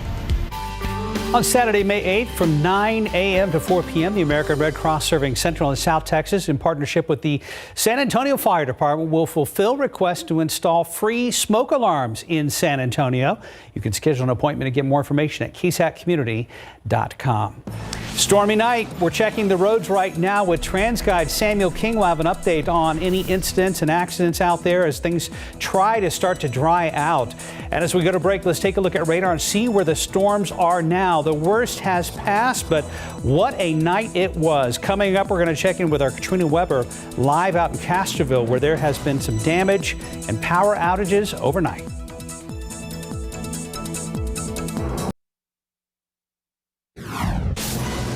A night of violent storms calls for some care as you head out on the streets this morning. I'm Katrina Weber. I'll give you a look at some of the damage in Castroville. And cleanup underway at a local retail store following a night of heavy rainfall. We have details ahead. And let's take a live look at the CPS Energy outage map. Right now, it looks like there are about 137 active outages, affecting about 6,000 customers right now. If you or someone you know doesn't have power, but your phone still works, download KSAT Weather app or the KSAT News app for the latest updates. Live from KSAT 12. Good Morning San Antonio starts right now. And a good morning to you. It is Thursday, the 29th of April. If you were able to sleep last night, I don't know how you did it. I really don't. You must have been really tired because it was noisy out there. Oh, yeah. We had lightning, thunder, high winds. We had a lot of hail. We have a lot to talk about this morning. Yeah, a busy night for our weather team, and Mike joins us right now. Good thing, though, most everything has settled down. We still have some pretty hefty downpours in places, but it is definitely, they're fewer and further between as well. But yeah, I mean, you know, and you talk about hail, softball-sized hail in some cases. A couple of reports of there were some tornado warnings issued last night. So Weather Service is going to be checking into those today. We do have some rain out there by the airport as of right now, just a little bit of some light rain, and temperature stands at 72. It is still very humid out there, and humidity, even though it'll drop a little bit today, don't expect any big like drying out type situation in behind a front that's going to be moving through here later on this afternoon. So on the big picture, as you can see off to the west, there's not a heck of a lot going on, but we still have these pretty good cells right here, just have moved through Canyon Lake. They may still be, especially the one closer to San Marcos, may have a little bit of small hail mixed in. There were some reports of a little bit of pea to penny-sized hail with that cell as it moved through the northern portion of San Antonio. And then off to the east around Nixon, Gonzales, still, again, some pretty hefty downpours, those red areas, but overall things are settling down. And again, temperatures are still on the above normal side. We're still close to what it would be in the middle of what you'd expect in the middle of summer. Mold is moderate, pecan is on the low side, and throughout the rest of today we'll stay steady this morning.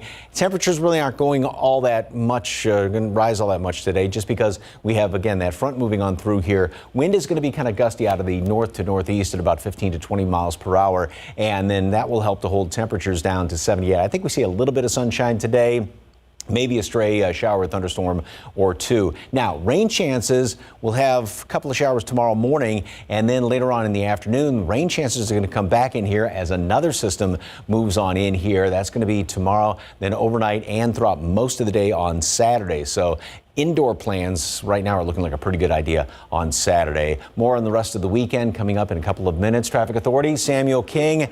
What's going on? Big problems with the wet roads? Yeah, we have this situation, Mike, at I-35 at Loop 410. Good morning to you. Good morning to everyone out there. We had a crash here. Looks like most of the emergency vehicles have been cleared out as we give you a better look at this here at the wall. But you can see the traffic there still flowing. This is northbound on 35 at Loop 410. So let's show you that on the map. You can still see traffic down to 11 miles per hour there in that intersection, looking a little better heading southbound there. But again, that backup on 35 right now is something to look out for. Rest of the area, this is our road conditions tool focusing here on the northwest side of San Antonio and Bexar County. The blue indicates some sort of ponding on the roadway, so we're seeing that more than 20 of the low water crossings in Bexar County are closed, including a number here around Leon Valley and on 281 farther north as well. And we do have a crash on Stone Oak Parkway here westbound at 1604, so crash actually on Stone Oak, but you're also seeing some delays on 1604. We did have that heavy rain shower, that storm move through here a short time ago, and so it does take a while for the roads to clear up in those situations. Looking at travel times across the region, they still look fairly good coming in to San Antonio, including 26 minutes from New Braunfels, 28 minutes from Bulverde, 20 minutes on Highway 90 from Castroville, and you hear a lot about Castroville coming up. But again, the big traffic at the moment here is 35 northbound at Loop 410. We're checking things frequently, and we'll have another update here shortly, guys. Thank you, Samuel. People all across our area waking up to the after effects of last night's storms. For some, that means power outages, downed trees, and even damage. Katrina Weber is live in Castroville with a look at some of that damage out there. Now, Katrina, were any homes affected? Well, that is a good question. I've actually reached out to the police department and sheriff's offices, but have not been able to get in touch with anyone to find that out. Now, let me show you why we haven't been too willing to drive around. It's right back here. You see this tree, and it has some power lines or some lines that have come down and are entangled in that tree. This is what I imagine is going on throughout this town, that there are trees like this down. We've had some calls and reports of problems like this. So you have to be very careful. This is just one example. As we were heading west on Highway 90, this tree just came up all of a sudden, and we almost hit it. We had to avoid it. But throughout this area, what I have noticed mostly are power outages, and they're pretty spotty. In this area where we are, we have lights, but if you go just a little ways down the road, you will be in a pitch black zone. So it seems that there are scattered power outages throughout this area. And so that is another situation that people will have to contend with as they do wake up this morning. Reporting live in Castroville, Katrina Weber, KSAT 12 News. Katrina, thank you. With storms finally winding down a bit, we can look back at a busy night across South Texas. Several locations saw flooding, hail, and even possible tornado damage. Justin Horn was in the KSAT storm chaser and brings us this report. We're here in Castroville where there's quite a bit of damage. Power's out to most of the town. And take a look at this. Winds were likely strong enough to topple this RV. It's now on its side. Meantime, downed trees took out power lines. Farther down Highway 90, this small business was ripped apart. We just actually expanded it and remodeled it and everything, I think like 4 days ago. We're going to have a grand opening event on Saturday. Trent Anderson sold honey out of this tent. Now all of that work scattered thanks to the storms. Just ripped this tent off. Actually, there's about 240 pounds of concrete hooked up to the tent and a stake in every corner, and it just ripped that up. Just hours after the damage, the community stepped up to help. People stopping by that just saw it and decided that they wanted to help. As the storms arrived to San Antonio, heavy rain became a concern. This car stalled near the 410 service road in Bandera. Then inexplicably, this car also attempted to drive through, coming up short and stalling. On the city's northeast side, KSAT Connect pictures revealed damage after reports of a spin up there. Trees and fences appeared to be blown down. We did get some reports of some power flashes, but no official reports of tornadoes, at least not yet. The National Weather Service will have to come out and survey some of this damage to make that determination. Reporting in Castroville, Justin Horn, KSAT 12 News.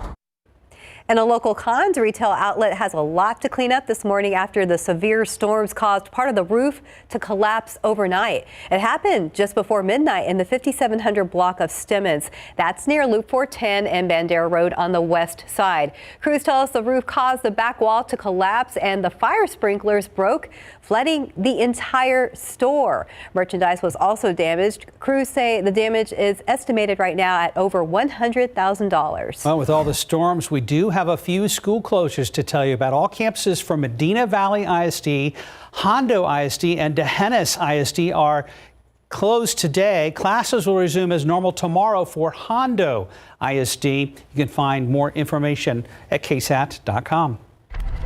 We're going to be keeping you updated all day long with the latest on the weather, both on our newscast and over at KSAT.com. Our severe storm coverage covered up a historic speech last night at a session of Congress. President Joe Biden laying out his policy agenda during a primetime address. ABC's Ike Ajachi from Washington with more on the president's speech. President Biden addressing his first joint session of Congress by urging lawmakers to use the country's emergence from the pandemic to rebuild the economy. America is on the move again. And taking stock of his first 100 days. America's house was on fire. We had to act. He called on Congress to take action on his massive infrastructure bill while he unveiled a separate sweeping child care and education plan. Biden is now asking Congress to pass a total of more than $4 trillion in new spending, saying he wants to raise taxes on the most wealthy Americans to pay for it. I think you should be able to become a billionaire and a millionaire, but pay your fair share. President Biden noting the historic nature of two women seated behind him, Vice President Harris and Speaker Pelosi. And it's about time. The president also welcomed new talks on his infrastructure bill, which faces fierce Republican opposition for its $2 trillion price tag and broad scope. As for working with Republicans, the president showed some limits to his patience. I just want to be clear. From my perspective, doing nothing is not an option. Senator Tim Scott delivering the Republican response to Biden's speech. It's a liberal wish list of big government waste, plus the biggest job-killing tax hikes in a generation. Former New Jersey Governor Chris Christie adding to Republican objections. The words of this speech sounded like what you would hear from a 15-year-old if you gave him a credit card with no credit limit on it, except the words came out of the mouth of an adult who should know better. President Biden is hitting the road today to sell his proposals. He's going to start with a rally in Georgia, where he'll also meet former President Jimmy Carter. Ike Ajachi, ABC News, Washington. And time now is 6:10 and about 72 degrees right now. Spurs were in Miami last night, lost a close one on the road. We've got the lowlights when we return. And let's take a live look at the radar right now. You can see some of those storms moving out. We are expecting some rain, but not as severe. That's what Mike's saying right now. And outside with live cam. Yeah, grab an umbrella. It sounds like we're going to need it for a couple days to come still. And what's happening with the morning commute? We will check in with our traffic expert after the break.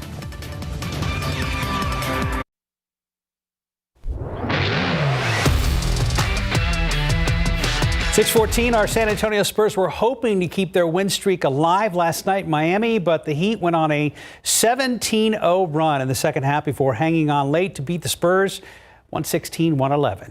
DeJounte Murray had 22 points, 10 rebounds, 10 assists for the Spurs without Derek White. San Antonio led by 7 late in the third, but Miami scored the next 17. Spurs fall to 18-11 on the road, tied with Denver for second best in the NBA. Next up, they head up to Boston to take on the Celtics. All right, better luck next time. Go Spurs, go. Let's go ahead and check in with Samuel King. Those roads have been kind of busy this morning. Definitely busy and wet still this morning, even though sort of the big storms may be finally moving out. This is 1604 Bandera Road. You see traffic there. You also see some raindrops there on the Lynn. So just indication of sort of the situations around town this morning. Traffic moving well there. Let's take another closer look at another area here. This is 410 at Jackson Keller again. Raindrops on the lens there. So just watch out for that this morning. Take it easy. And if you see some low water crossings or some barricades, don't drive around them, no matter how deep you think the water might be. If you think, you could be surprised at just how deep water can go still, even though the rain isn't falling. Our road conditions tool, you can see the blue means there's been some ponding reported, maybe not at the moment, but had been a short time ago. The green just means wet, and we saw that there on the TransGuide cameras. Some issues here on Stone Oak Parkway. This is Stone Oak approaching 1604. There's a crash there. Also getting some reports of a crash on 1604 at Blanco. That might account there for that delay on 1604, 48 miles per hour. But overall, still things looking fairly good on 1604 at the moment. We know this can get pretty bad here in the next hour or so, but right now 12 minutes in each direction between Bandera and 281. But again, just watch out for that this morning, guys. Thank you very much, Samuel. Mike, a lot of folks waking up bleary-eyed this morning. This was a prolonged severe weather event last night. Oh, yeah. Well, I mean, started really late yesterday afternoon, well out around Del Rio. We started seeing, we were watching these thunderstorms that were kind of brewing off the mountains of Mexico, and they worked their way into Texas. And yeah, it really got going. And then the first tornado warning was issued right around the Castroville area about just before 8 o'clock last night. This morning, temperatures are in the low 70s throughout much of the area, some 60s in the hill country. Still might have a couple of heavy downpours out there this morning. Then later on this afternoon, a couple of peaks of sunshine, and we'll be up to 78 degrees. So down yesterday. Yesterday we did hit 90. It was hot and steamy yesterday afternoon, and wind is going to be out of the northeast at about 15 to 20 miles per hour and gusting on top of that. A stray shower or thunderstorm is possible today. And then we have more rain chances picking up. More on that in a second. First of all, take a look out there. This is over at the north I-10 Wurzbach area, and this viewer said about 4.5 inches of rain in a couple of hours. It was coming down in buckets on the northwest side of town. And look at the hail out there in Sabinal, anywhere from about egg size on the right-hand side to, what is that, bigger than baseball size. And then, yeah, those clouds, this looks like something out of a science fiction movie almost, as those storms started working their way on in here. Thank you very much for the KSAT Connect pictures, folks. And if you have any other ones, please send them in. Helps us tell the story and to see just exactly what was going on. So we had a couple of drops on, as Sam was showing on some of the other TransGuide cameras. Nothing right now, but there is a little bit of light rain around the area. And as you can see, everything is continuing to kind of shift off to the east. There's really nothing back off to the west right now. Just a few of these light showers that are sliding in through town. But the problem is this is on top of about 3 inches of rain that has been recorded out there at the airport in the past 24 hours. Yesterday set a record 2.55 inches of rain.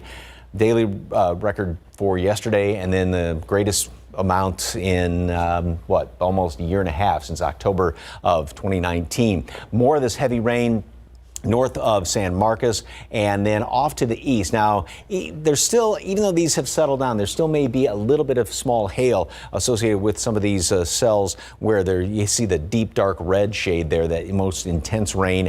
And again, a little bit of hail. We've had some of these storms that have been producing some hail so far in the past couple of hours. Off to the west, things have, like I said, started to settle down a little bit. Computer model through the rest of today. Again, a stray shower is possible. I don't think very likely, though. Then tomorrow we'll have a couple of showers starting off in the morning and sort of a lull in the action. They pick back up, though, late in the afternoon tomorrow evening. And notice how some of these are coming in here from the east. There's an upper low that's going to be kind of moving on in here, and that's going to keep a pretty good chance of rain around here for, really about the day and a half or so, Friday into Saturday evening. And you can see this upper low right here, just about El Paso. This is going to move on in, kind of take a southerly path and then come up into our area. And that'll be the rainmaker as we go into, like I said, tomorrow late afternoon, overnight in through most of the day on Saturday. 75 degrees today at noon. Couple of showers, maybe still a leftover storm, especially off to the east, and 78 for a high temperature today. And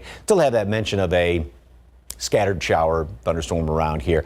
Very low rain chances, though, later on this afternoon, but it will be on the breezy side with those winds out of the north to northeast at about 15-20 miles per hour. Now, despite the fact that we have a front moving through later on this morning, it's not as though, the past couple of fronts have been really nice, knocking temperatures down. We will be slightly cooler today, but, really getting rid of the humidity. That's not going to be the situation. It'll still be kind of humid this afternoon. 75 tomorrow, same thing on Saturday. Much better rain chance on Saturday. Mid-80s Sunday, low to mid-90s first of the week. Wouldn't it be nice to, over about 3 or 4 days, make a big dent in our drought situation here in South Texas? That would be fantastic. A lot of that rain did fall where some of the drought has been the severest out to the west, and there's more to come too. So that's good news there. Yes, indeed. Thank you, Mike. 6:21 on your Thursday morning. And after the break, a small town murder mystery. 2 young girls found dead, but the pair left 3 clues behind for investigators. Antibacterial or moisturizing body wash? Definitely moisturizer. Antibacterial. Can I have both? New Dove Care and Protect body wash eliminates 99% of bacteria and moisturizes for hours. 2 for 1. Can I keep it? New Dove Care and Protect. Zero compromise. From prom dresses to workouts and new adventures, you hope the more you give, the less they'll miss. But even if your teen was vaccinated against meningitis in the past, they may be missing vaccination for meningitis B. Although uncommon, up to 1 in 5 survivors of meningitis will have long-term consequences. Now, as you're thinking about all the vaccines your teen might need, make sure you ask your doctor if your teen is missing meningitis B vaccination. Irresistibly smooth chocolate to put the world on pause. Lindor, made to melt you by the Lindt Master Chocolatier. In this morning's GMA First Look, it's the unsolved case that's gripped the town of Delphi, Indiana for more than 4 years. 2 teenage girls, Abby Williams and Libby German, disappeared near this bridge. Their bodies found hours later. But remarkably, the pair left 3 clues behind. This audio, recorded on Libby's phone, is believed to be the killer. Also on her phone, this photo and a short video clip of what could be the suspect. And now, after 4 long years, a potential new lead. On April 19th, about 20 miles away, police in Lafayette, Indiana, arrested this man, 42-year-old James Chadwell, for an unrelated but troubling crime: kidnapping and attempted murder of a 10-year-old girl. So what is it about this new case that's caught the attention of the Delphi investigators, and what are their next steps? It's all coming up at 7 a.m. With your GMA First Look, I'm Kenneth Moten, ABC News, New York. And here at home, let's go ahead and take a look at the radar. It looks like storms are moving out, but we are still expecting rain today. We're going to check in with Mike later on. And we still got some ponding of water on the roads. Traffic is building. Yeah, a few leftover sprinkles there on the camera lens. Samuel King will have an update coming up here in just a matter of minutes.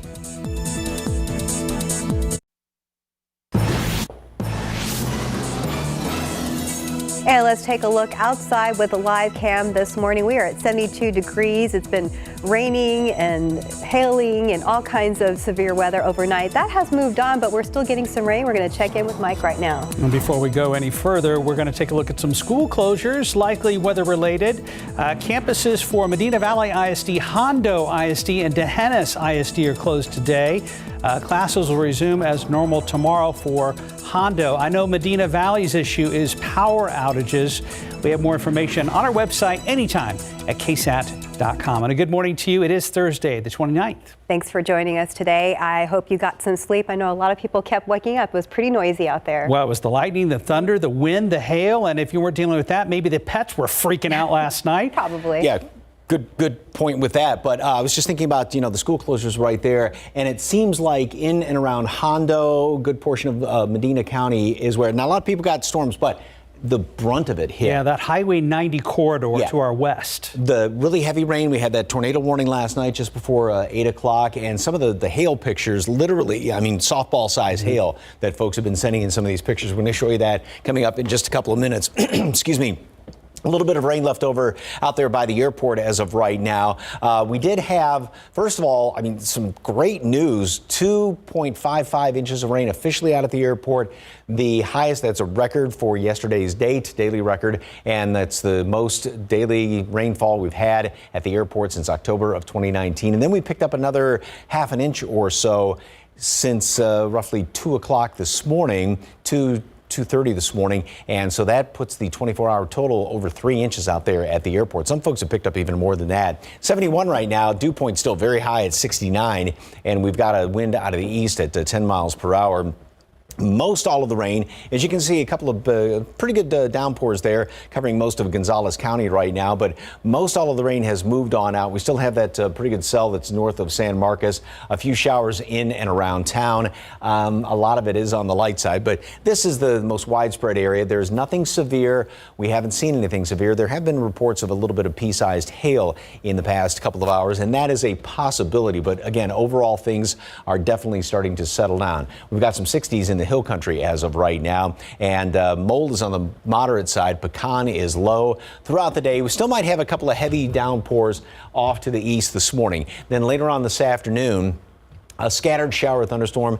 Can't completely rule it out. I think we get somewhat of a lull in the action throughout the afternoon. It's not going to be as hot. We'll be in the upper 70s later on today. And then tomorrow, the rain's going to pick back up. A couple of showers in the morning, but especially later on in the afternoon, we've got another upper low that's moving on in here. So that's going to get the rain going again late in the afternoon, and that will extend through most of the day on Saturday. Looks like a pretty wet day on Saturday. Then Sunday, we see some more sunshine, and it is definitely going to be warmer and really heating up next week. Getting ready to hit the roads. Boy, you want to allow yourself plenty of extra time. Here is the latest Traffic Authority, Samuel King. Yeah, Mike, on the TransGuide cameras, we're still seeing some of these light showers. So just because it may not be pouring like it was overnight, it doesn't mean that you won't find some wet roads. And this is Loop 410 at Fredericksburg Road, some sort of stalled vehicle there. So you see the emergency vehicles. This is on the shoulder, so traffic is still moving there on Loop 410. But again, we've been seeing a lot of these situations this morning. So plan some extra time this morning, maybe leave a little bit earlier than normal, especially now that a lot of the rain is moving out. But you can see there, this is Fredericksburg Road times. Those look fairly good, and it's still green on Loop 410. Looking out for most of the area, the colors are getting a little bit better, so that's good. The green means wet roads. The blue means some ponding, and we're still seeing some issues on the north side. More than 20 of the Bexar County low water crossings have been closed or are closed at the moment. Most of those north and west, including Leon Valley. Have some situations on Stone Oak and 1604. The 1604 situation looks a little better, but we do just have a new crash reported here, Stone Oak and 281. Travel times, though, between 1604 and Boulevardy Road still looking good. Also, throughout most of the rest of the region, still looking good, maybe a little higher than normal. 29 minutes coming in from Seguin, 26 minutes from New Braunfels, 21 minutes on Highway 90 from Castroville. We'll have another update coming up shortly. Thank you, Samuel. Here's a live look at the CPS Energy outage map. Right now, we are looking at about 139 active outages, and that is affecting about 6,573 customers. Now, if you or someone you know, if you do not have power, but your phone is still working, be sure to download the KSAT weather app for the latest updates. And it's been a long night and a busy morning for many who are working to clean up the damage from last night's storm. We've been covering this all morning long here on GMSA. One neighborhood at Woodstone Drive near Judson and Loop 1604 took a major hit. Crews out there in the area this morning, and that's where we find our Stephen Cavazos. Stephen, good morning to you. What's it looking like out there right now? Yeah, Mark, Stephanie, just before we came up, crews were already getting out of this area, but the damage or some of the mess still remains, we should say. We actually have some tree shavings right here from where they were working on some area. And right over here to our left, obviously, some of the trees that took a hit during last night's storms. Now, obviously, it's been a very long night for residents in this area, also a very loud one at that. As we came out here, we heard some of the trees that were getting sawed down. But crews were from the city of San Antonio tell us it's also been a long night for them. They say this was their 17th tree that they've had to cut down and clear out. And not just that, they've been at it since 10 last night. Of course, they have headed out of this area and are going to continue to monitor the roadways for any of those downed trees. But it looks like here it's clearing up a little bit nicer than what we first came out here and initially saw. But another look down at the road, we still see some leaves and again more of those tree shavings further behind us. But as that sun comes up, we're going to get a clearer scope of the damage left behind following last night's storms. So just stay with KSAT as we continue to bring you the latest, and we'll have more coming up later today. Reporting live, Stephen Cavazos, KSAT 12 News. Thank you, Stephen. Happening right now over on KSAT.com. Many of our viewers have been sending us lots of pictures of hail. You can send your pictures in through the KSAT weather app. San Antonio police are asking for help in finding a missing woman. 34-year-old Crystal Lopez was last seen on Monday in the 17,000 block of Henderson Pass. That's on the city's northeast side near 281 and 1604. If you have any information about her disappearance, you're asked to call police at the number on your screen, 210-207-7579. We are still waiting for the Bexar County Medical Examiner's Office to identify remains found at a far west side mobile home park. At home is where 18-month-old James Chides lived with his mom. Baby James last seen with his mom, 20-year-old Delaney Chires, in early January at a drugstore just blocks away. Police found the mom in March, but have never found James. She has been indicted for tampering with evidence, intent to impair. In Chides' original arrest affidavit, investigators said they found what appeared to be human blood on a bed sheet for a crib. The family believes it's baby James. So my heart was saying no, have the faith. My head was telling me be realistic. You know, what can make you believe that he's alive, you know? I can't understand it, why the police, if they found the blood in the trailer, then why they didn't start looking right away. It's not clear what brought investigators back out to the mobile home park where they have searched several times. And time now is 6:37 and about 72 degrees right now. If you're just now joining us, here's the latest on the storms. They are moving out, but folks in places like Gonzales are still dealing with showers and thunderstorms. And Mike says, believe it or not, this rainy pattern is going to stick around for a while. His full forecast coming up.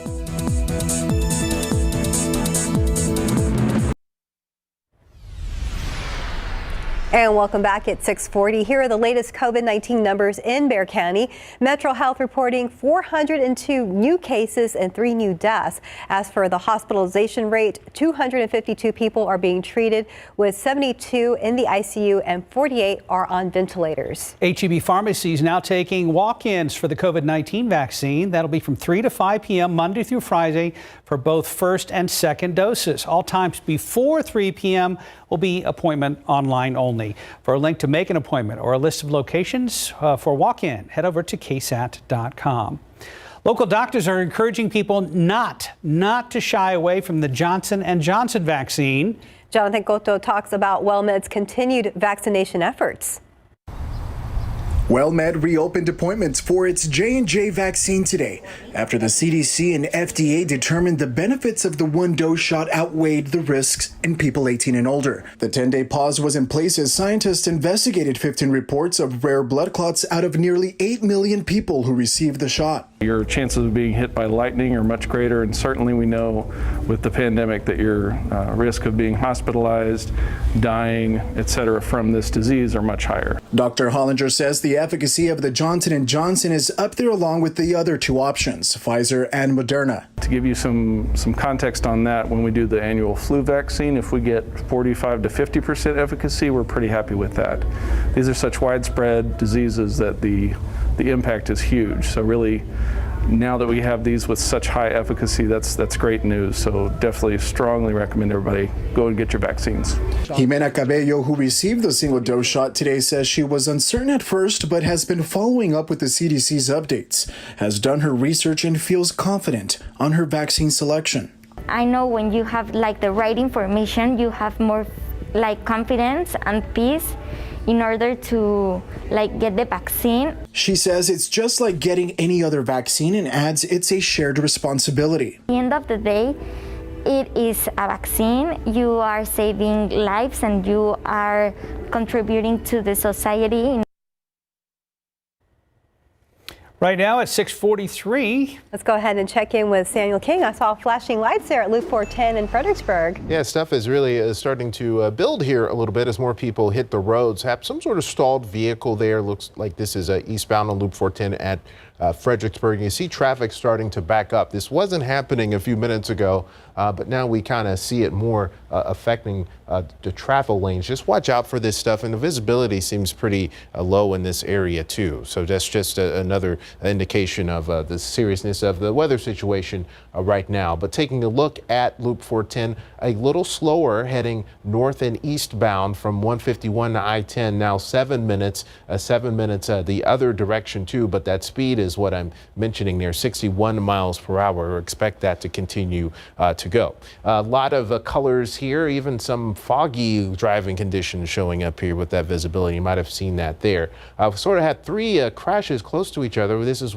kind of where that storm moved through a little bit earlier. So this is 281 in Stone Oak. This is Stone Oak near 1604. This is Wurzbach Parkway. Not seeing really the delay there, but just to give you an indication that stuff is continuing to be dangerous out there. It's getting a little tricky with more people getting on the road. So just because we're not seeing it pouring, we are seeing those light showers that can make the road slick all over again. So just be careful, and if you see high water on the roads, definitely turn around, guys. Thank you, Samuel. Mike, we said it before, we'll say it again. Our viewers really do help us tell the story. Yeah, fantastic. I mean, be it, the storm damage, the hail, and then look at this. This is a picture from Yvonne, one of our regulars, and the water that went over the sidewalk and then all that leftover debris out there. I mean, one viewer sent in a picture of a rain gauge and said they got about 4.5 inches of rain in a couple of hours.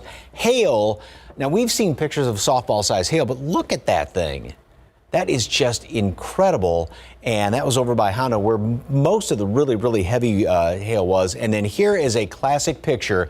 And this is how hailstones are a lot of times almost like onions. You get the center core that freezes up, and then the storm the updrafts in the storm are so strong, it keeps it up there. So more and more layers of ice continue to freeze around that hailstone until it is too heavy for the storm to keep up there. But yeah, that is just a fantastic picture. Thank you very much. And we had pictures of hailstones that bashed through plywood even. It was that strong. A lot of rain out there by the airport as of right now. And like Sam was talking about with the rain on the roads, and that's on top of all that we've had, all the runoff that's going on, all the ponding on the roads. Rainfall amounts, these are some of the radar estimates. Now out at the airport, more than 3 inches of rain in the past 24 hours, 4 or 5 plus inches, and it's that swath basically along 90 heading out to the west. That's where a lot of the hail reports were, and even going up I-35, and then also some of the wind reports. And this is from, there was tornado warnings last night just before 8 o'clock right around Castroville area, and then also up around Garden Ridge. The Weather Service is going to be sending a team out there, and then also in and around different spots around town. Once the sun comes up, they're going to determine that. They determine strength of the wind, whether it was straight line wind damage or indeed tornado damage, and then the strength of the tornado. So that's a kind of a post analysis, if you will, and that's how they determine what had actually happened. Here's what it looks like on the rain right now. Still a lot of rain around Gonzales. We do have a few of these showers in and around town as of right now. And we had some reports earlier this morning in some of these storms with a little bit of pea-sized hail. Don't be surprised with some of that. Got some pretty good downpours, but overall things are definitely settling down. Nothing off to the west of us right now. There may be a stray shower later on today. Stray shower with thunderstorm. Kind of doubtful though, but tomorrow morning, we'll have a couple of showers around here. Then throughout the afternoon, notice how the rain picks back up. And did you see how this is coming in here from the southeast? There's a big low which is going to work its way in here, and it's going to spin in this counterclockwise fashion. And that's going to throw all this rain in here tomorrow night and in through a good chunk of the day on Saturday. Looks like it's going to be one of those pretty much just wet days all day Saturday. Then that will start to taper off and come to an end later on Saturday evening. Today, 75 degrees. Temperatures aren't going too far today because we do have a front moving on through here. It'll help to hold the thermometer readings down somewhat, but we're not going to just clear out the humidity. It's still going to be somewhat on the humid side. That's why you may see a stray shower or two popping up here and there. And 78 for a high temperature today. And then tomorrow, a couple of showers in the morning. Then it picks back up in the afternoon. 75 for a high temperature. And we'll see rain tomorrow night, overnight into Saturday. And like I said, right now it's looking like it's going to be pretty wet all day Saturday. Sunday we clear on out back up into the mid 80s and then mid 90s, low to mid 90s by the first part of next week. Maybe even a couple of more showers. But yeah, a lot of rain and then potentially a lot more rain on Saturday. A good, all day long type situation. A rainy start to our weekend, but we needed it. That would be fantastic. Yeah, if it could just get all nice and soaked in and get in the bank too. What a way to start the month of May, huh? Yeah, and finish up April. Yeah, exactly. And Election Day. Thank you, Mike. 6:48 on your Thursday. And speaking of Election Day, that's happening Saturday. And if you're voting, you may already know that Proposition B is on the ballot. But what is it? Tomorrow on GMSA, RJ Marcus will tell us everything that you need to know about Proposition B before heading to the polls. Outside with live cam, the sun is trying to come up. We're going to get a better look at some of the damage in and around San Antonio. We've got you covered right here on KSAT and KSAT.com. We'll wrap things up after this.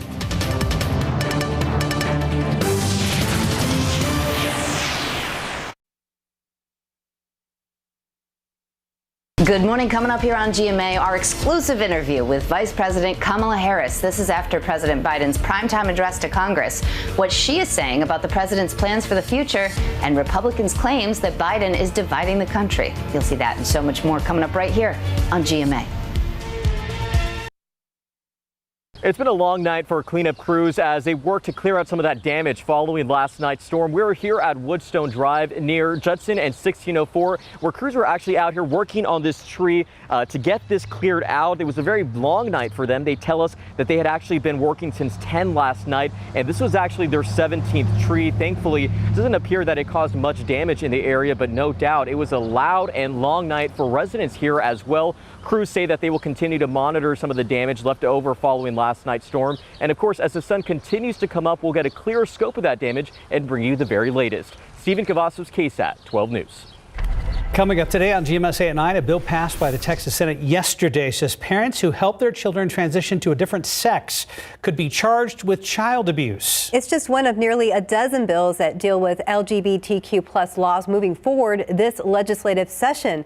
But these bills are not without controversy and criticism. KSAT's Patty Santos talks to a local mom who says she's willing to become a criminal if it saves her child. That's today at 9 after Good Morning America. Let's go ahead and take one last look at traffic with Samuel King. Thank you, guys. Taking a look here, this is I-10 at Frio. Traffic starting to build downtown. Still seeing some wet conditions on the roads, maybe even some light showers starting to fall. So you can see the traffic there. And this is indicated as well on the map down to the red once you get past Flores Street there on 35. So just something to watch out for. Mike was mentioning most of the wet weather's moved to the east. So if you are coming in from the east, areas like Gonzales to Seguin, just something to watch out for there. Still have our two crashes on the north side. This is Stone Oak and 281, and this is Stone Oak and 1604. Just a couple things to watch out for. Travel time still looking fairly normal right now. 27 minutes coming in from the Pleasanton area. And here's one more TransGuide look. This is 281 Loop 410 by the airport, Mike. Still flowing pretty well. Yeah, and after all the rain we had last night, on top of that, like you were talking about, it is there's a lot of light rain out there as of right now, kind of reduced visibilities. Not a lot is showing up on radar, at least here in town, but off to the east, right there around Gonzales and heading up toward I-10. Some fairly decent downpours as well, and then there's just a few little light showers in and around town. But again, the thing you have to watch out for is all the runoff and even some standing water on the roads. We're at 71 right now, 60s in parts of the hill country. We are going to be seeing a front move through here later on this morning, so the wind's going to shift around. It's not as though it's going to be just clearing out all of the humidity, but at least it will hold temperatures down somewhat. We'll stay at 78 degrees for a high later on this afternoon. A stray shower thunderstorm is possible, and then tomorrow morning we'll have a couple of more showers around here. Now, throughout the afternoon, we have another disturbance which is going to be moving on in, and that's going to pick up the rain chances once again late tomorrow afternoon, overnight, and into Saturday. And Saturday looks like it's going to be one of those days where it is going to be fairly wet throughout the day. 75 for a high temperature. We'll clear out Sunday and really start to heat up, and low to even mid 90s Monday and Tuesday. Another chance of rain on Tuesday. And just for the record books, picked up 2.55 inches of rain yesterday, so that set a record, the greatest daily rainfall total since October of 2019 here in town. And then on top of that, the rain we had this morning, so that takes the 24-hour total over to over 3 inches of rain just out at the airport. Some areas did have a lot more than that. And of course, Weather Service is going to go out and examine some of the damage this morning. It's going to be a busy morning. Thank you, Mike. Thanks so much for watching. We'll see you back here for GMSA at 9. Be careful out there.